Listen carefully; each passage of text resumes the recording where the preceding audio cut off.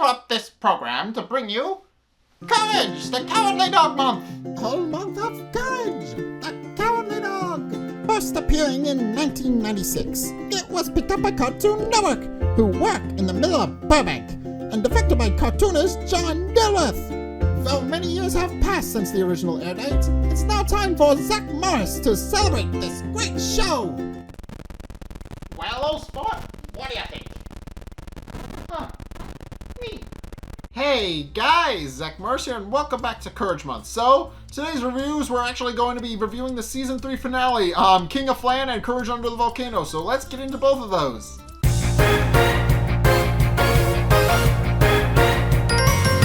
Okay, so this first episode, King of Flan, is actually interesting in that the main antagonist of the episode is just a guy who wants to rule the world and expand his Flan empire, which is a very interesting premise to be setting up for an episode of Courage the Cowardly Dog, if I'm being perfectly honest. I think this episode is just kind of more about the dangers of advertising than anything else, but the episode opens up with Eustace and Muriel watching a movie, or more accurately, Muriel's watching the movie, whereas Eustace is just kind of clogging his ears and reading a newspaper while he waits for it to be over. And then once it is over, he unstuffs his ears with the corks that he stuck on them, and he's just happy that he no longer has to sit through any more of the garbage movie, as he puts it.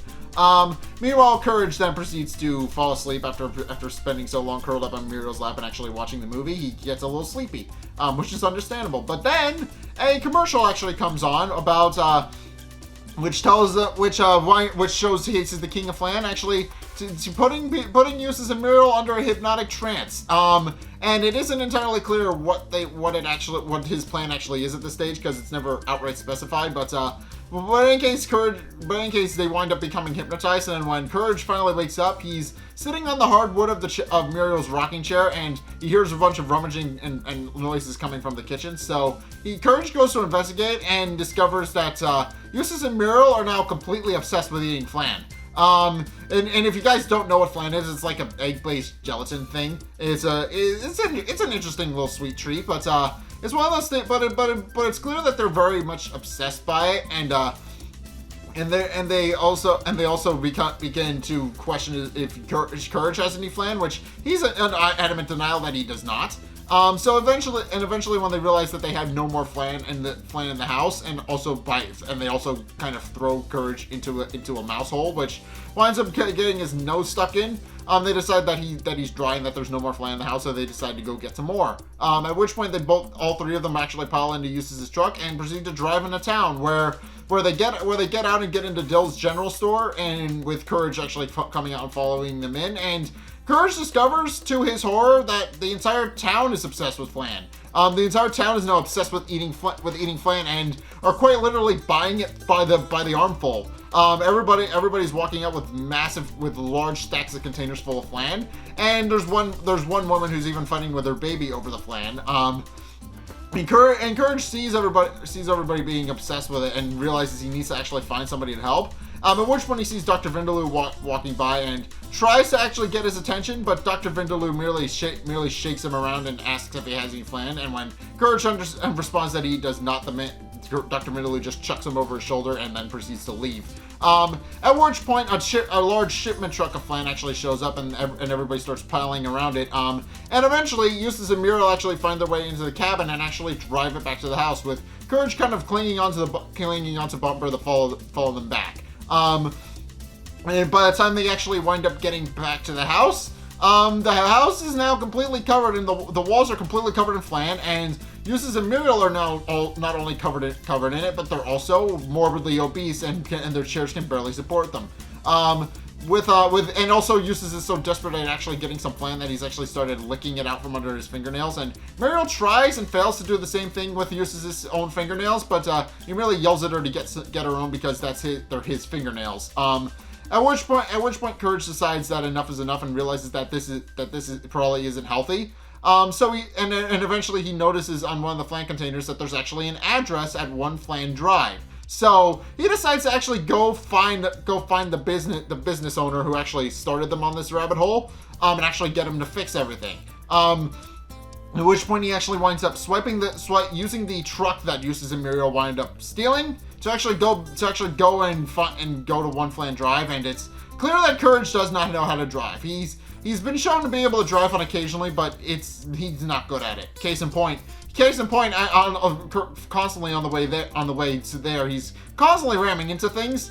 He actually drives in through the delivery entrance for the Flan trucks, but he winds up ramming into one, and the security guard lets him in no problem because the security guard notes that there doesn't seem like anything is out of the ordinary. So Courage is just allowed to get in, and at which point Courage then proceeds to infiltrate the main facility where they actually film the commercials.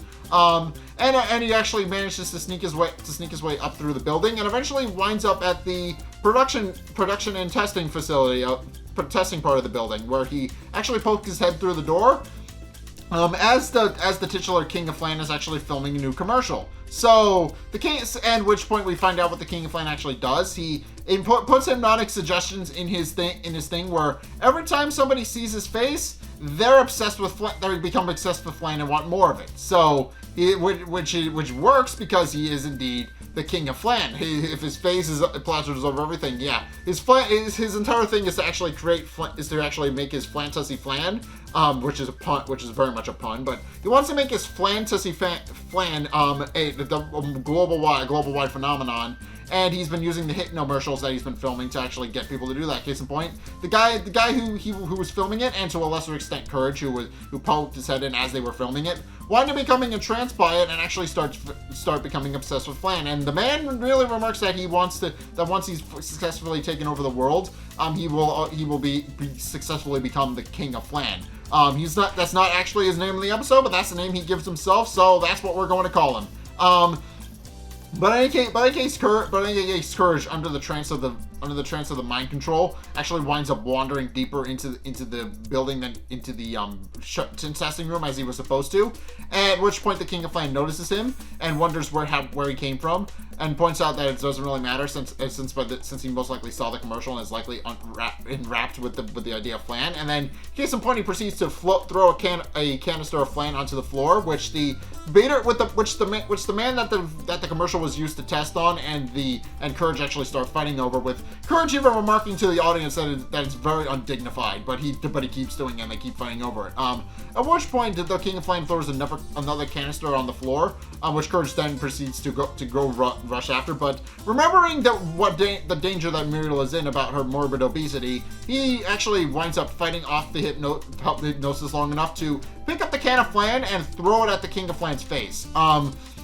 And the King of Flan declares that if Courage is going to have a problem with Flan, then Flan is going to have a problem with him, and then proceeds to roll himself into a ball, Sonic the Hedgehog style, and proceeds to chase Courage through the building. So Courage which is actually kind of terrifying if you think about it. He's just this big rotund man who's just chasing after Courage like a bowling ball. He's just rolling after him and trying to flatten him with his body. But Courage winds up running from him successfully, and even manages to actually get to the elevator and manages to climb up. But the King of Flan merely responds by actually climbing onto the elevator himself, and throws a bucket of Flan at Courage, who is since trying to climb the rope to get up through the elevator before the King of Flan does. And Courage winds up eating it, and then briefly spits it back out because he's trying to fight off the hypnosis that he's under.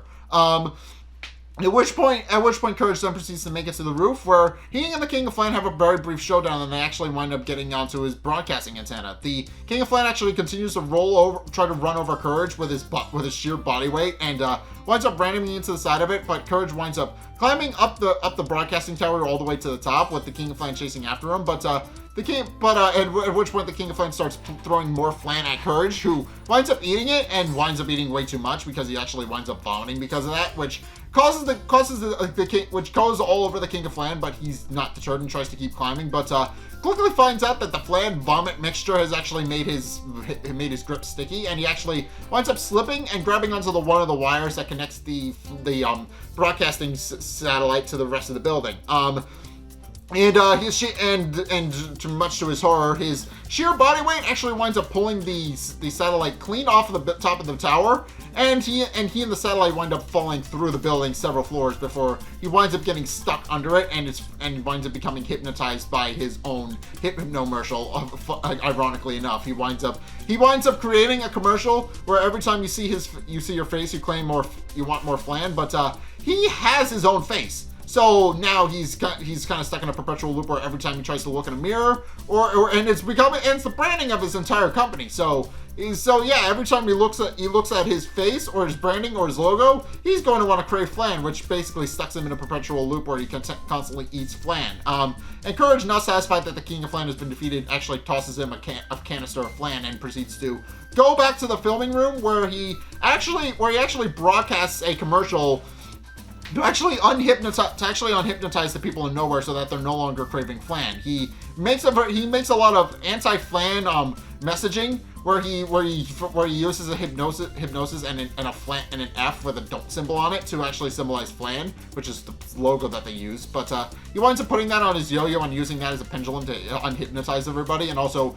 to add to the point, he actually takes out a can of flan and starts beating it senseless with it, but which finally snaps Eustace and Muriel, and by extension the rest of the town, out of their trance. And Eustace and Muriel actually yell at each other for being fat, because Eustace starts it by saying that she looks like a house, but Muriel merely responds that he's calling the kettle black.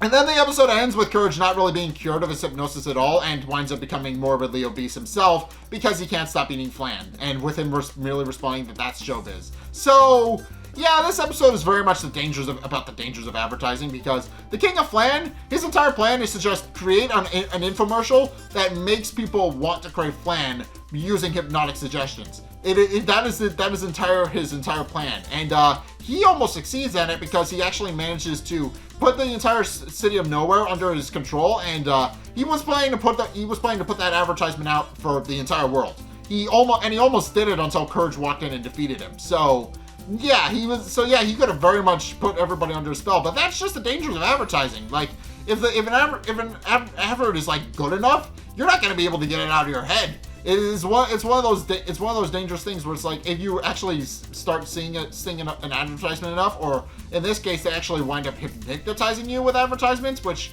I don't think is a thing, but there are definitely infomercials where they do something really weird and really off-brand to actually stick in your head. That is very much what I think. That's very much what this is kind of sticking out to, because advertising has been a thing for a while. If you don't know what advertising is, it's basically making as weird a commercial as you can, and hope that it resonates with enough people that they actually go out to buy your products. And it works surprisingly well. So that's kind of what this episode is making fun of, and that's what this episode is very much about. But in any case, that's my review of King of Flan. On to the next review.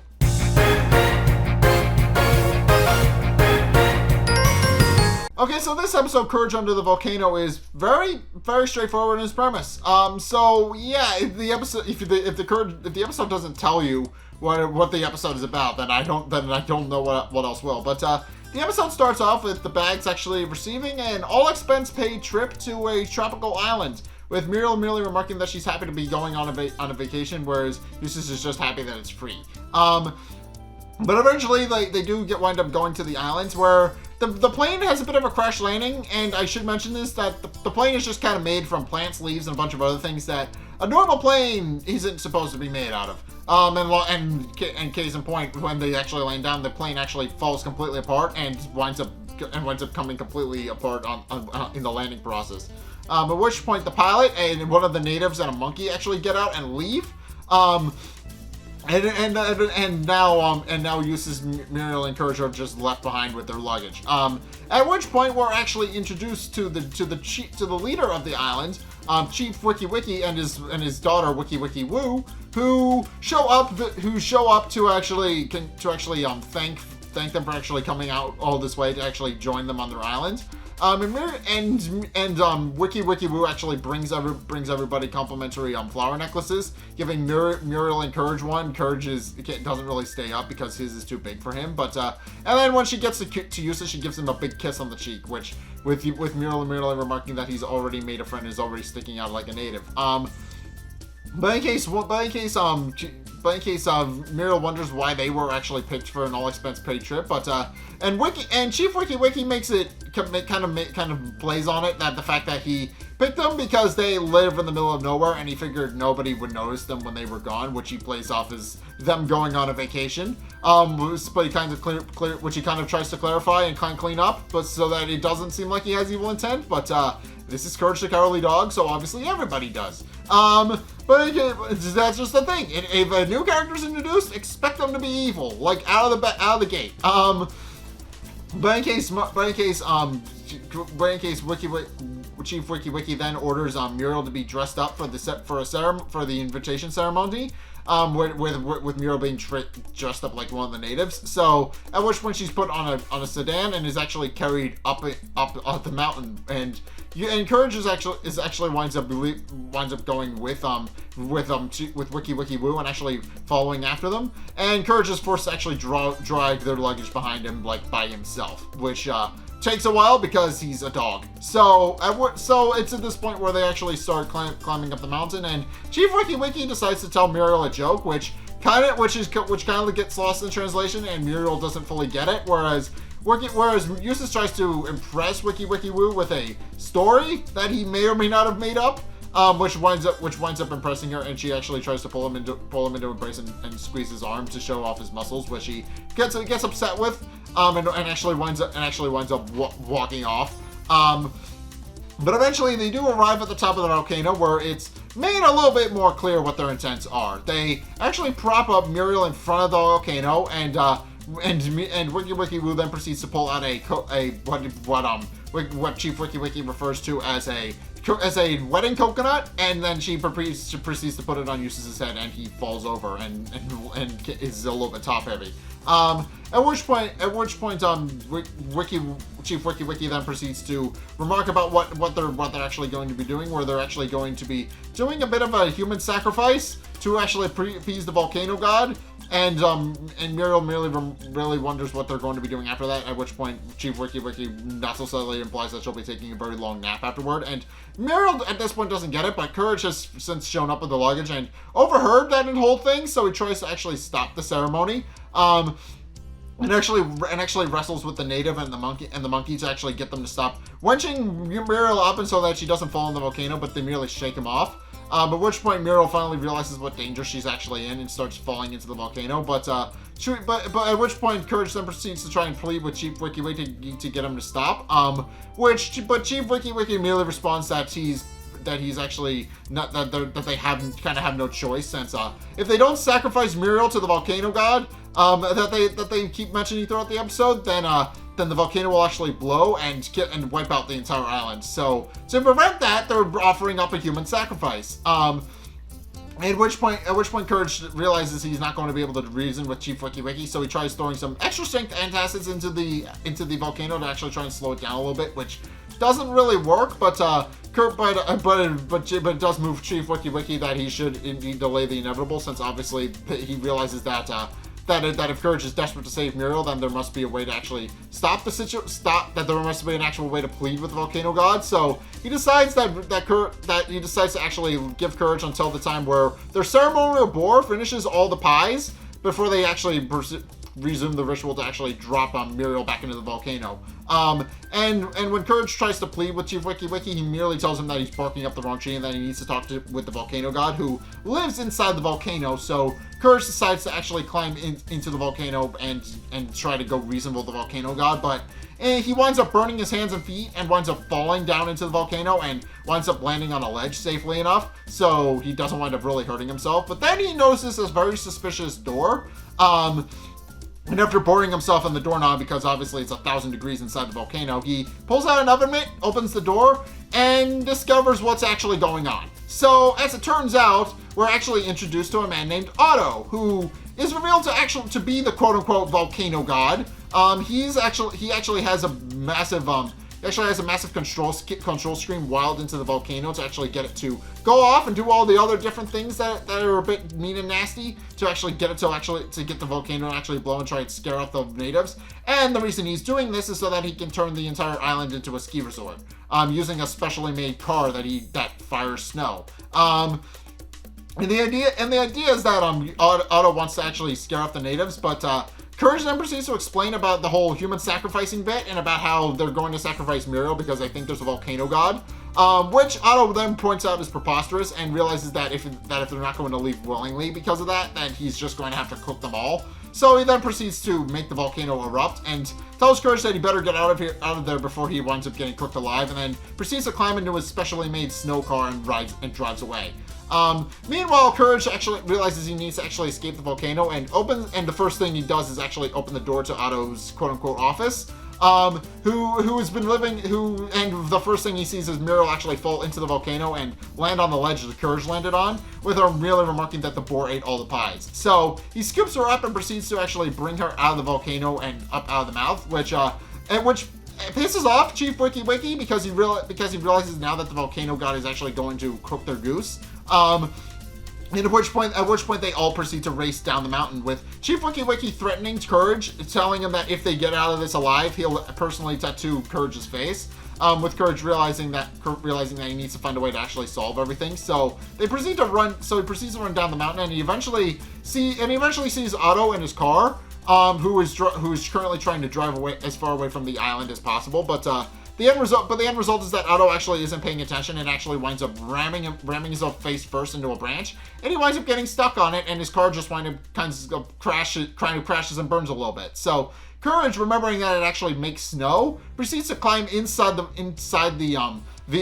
vehicle, and after several failed attempts to actually get the machine to do what he wants, he does eventually manage to get it to spit out snow, which causes the lava from the volcano to actually retreat back into the volcano, and then proceeds to take Otto with it. So, and as kind of a thank you for the misunderstanding, not only does Chief Wiki Wiki make them a boat to actually go back to the mainland and actually go back to where they came from, but in addition to that, he also offers them the ceremonial boar because now it's completely full of pies, and Muriel does point out that it would be tempting to take it with since it eats pies and she does know how to make quite a few mean pies, but she merely responds that she already has Courage and that's enough.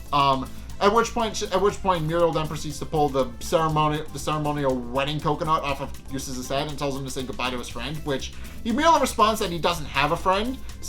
And Wiki Wiki Woo becomes incredibly upset at that and winds up sobbing. But in case Chief Wiki Wiki then proceeds to thank Courage personally, pointing out that obviously the Courage was the one who ultimately proved that there was indeed no vengeful volcano god, and even points out that they're not stupid. But then it's revealed that there is indeed a volcano god, and he isn't too happy about the fact that Otto actually messed with his volcano. So the volcano god actually makes himself appear, and then proceeds to throw Otto off the mountain and into the beach below. With Otto remarking that the whole ordeal changed him, and he realizes now that he doesn't actually want to scare off the natives. So instead, what he does is he decides to actually give them whatever they want and actually help them rebuild their society and a whole bunch of other things. With Wiki Wiki Woo merely taking him as a new husband. So.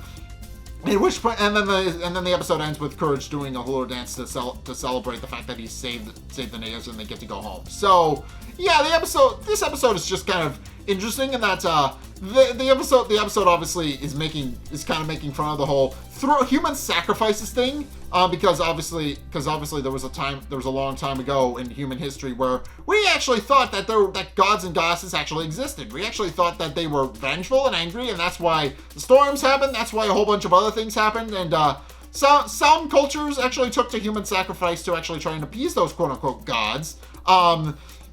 And this episode is just kind of making fun of that a little bit. The fact that we used to think that was a thing. And in this case, it actually wound up being real because there actually was a volcano god living in the volcano. But it is kind of funny a little bit. I do kind of like that it makes fun of that kind of premise. But also there is a little funny thing where there's just this businessman living inside the volcano with full air conditioning. And he's trying to turn this tropical paradise with a raging volcano into a ski resort, and he winds up being defeated by being defeated by the volcano god that he made fun of and claimed didn't exist. So yeah, this episode is kind of a funny way to actually end the series, and not the series, but the third season, and it is kind of interesting. That is an interesting way to actually end the third season, but in any case, yeah, that's my review of Courage the Cowardly Dog. What did you guys think? Let's get a discussion going in the comment section down below, or over on my Discord server, link in the description. Anyway, thank you guys so much for watching. If you enjoyed, be sure to like, comment, and subscribe. Also, be sure to follow me on Twitter in the description below. If you want to keep up to date with what's going on with the channel, then Twitter is actually the best way to do that. Also, be sure to check out my Patreon in the description below as well, because obviously this is a very big project, and I would like to make more of these. So if you want to help support me with those in the future, then be sure to go check out my Patreon down in the description below, and just to help support me that way. And finally, if you want to see more content from me, then be sure to check out the videos linked in the end screen. The top video is the most recent video. It may or may not be this one. Whereas the bottom video is the video recommended to you based on what you've already seen. So if you want to try something new or see more of what you like, then be sure to check both of those videos out. Also, be sure to check out my Twitch, because in addition to reviewing Courage the Cowardly Dog all month long, we are actually going to be doing a watch along over on Twitch as well of the new Scooby-Doo movie, which is actually available in Amazon Prime, which is how I'm actually justifying being able to get that to work. But yeah, go check that out. We're going to be streaming that over on Twitch very soon. So be sure to check that out, because we're going to be streaming that literally next week. So be sure to just check that out. Make sure you see that, and yeah, just go check out my Twitch down in the description below and just follow me over there so you don't miss that. But in any case, yeah, thank you guys so much for watching. And until next time, I will see you guys in the next video. Peace.